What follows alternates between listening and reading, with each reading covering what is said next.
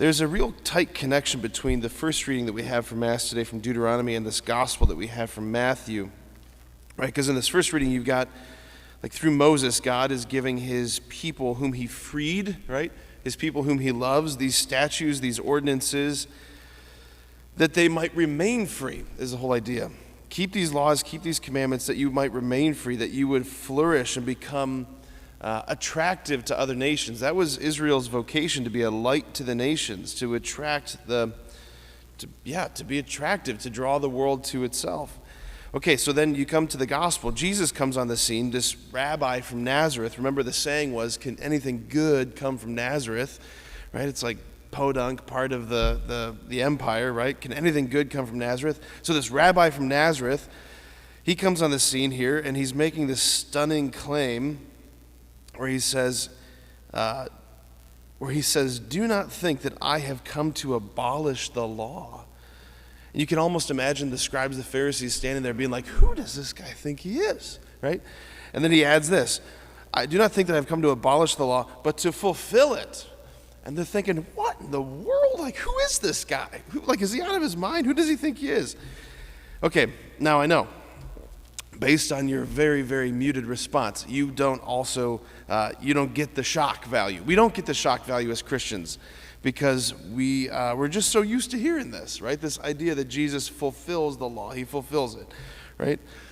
But if you're a first century Jew, the law was supreme, right? The law was everything. The law was God's gift to his chosen people. It was the guarantor of their cultural identity, and it was the condition for their freedom, their flourishing, all of that stuff.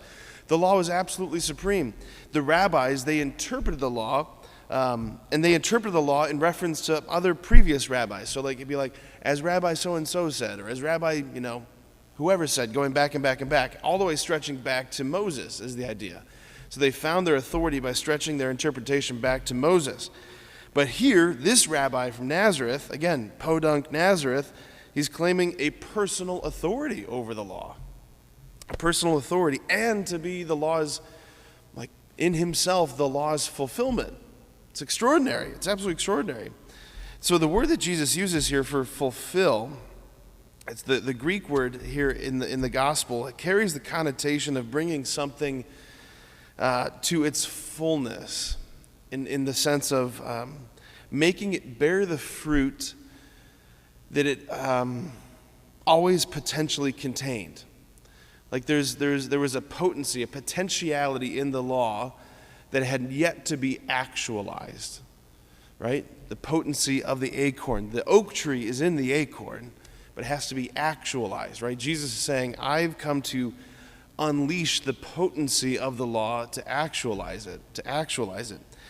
Not in the sense of I've come to add more, prescripts to the law. I've come to make it more burdensome. No, that's not what he's doing.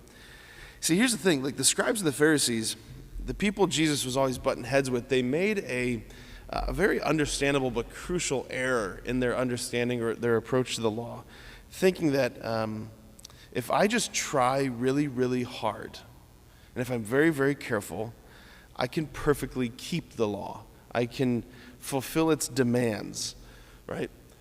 This was the job of the Pharisees in many ways, to tell you what counted as work on the Sabbath.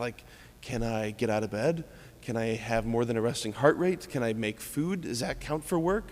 How many steps away from my house am I allowed to take before that's considered work, right? So the Pharisees were the ones who interpreted the law in such a way that the people could, in their minds, perfectly keep it. But no one perfectly kept the law. Not even close. Not even close. St. Augustine, he said, in the 3rd, 4th century, he said, the law was given that grace might be sought, and grace was given that the law would be fulfilled.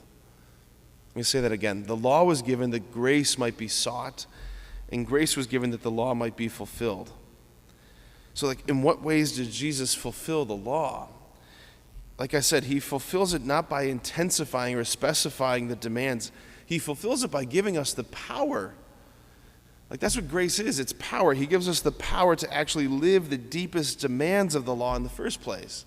In other words, it's not merely about again, behavior modification or sin management, right? Stop committing adultery, stop murdering. It's about transformation of the heart. Right? Jesus is saying, I want to heal like the lust, the interior lust that leads to adultery. I want to heal the interior anger that leads to murder. Like, I want to go deeper. I want to free you from just simply external constraints, but actually transform you from the inside so that your heart is in accordance with the law. This is what he's doing. This is what he's doing.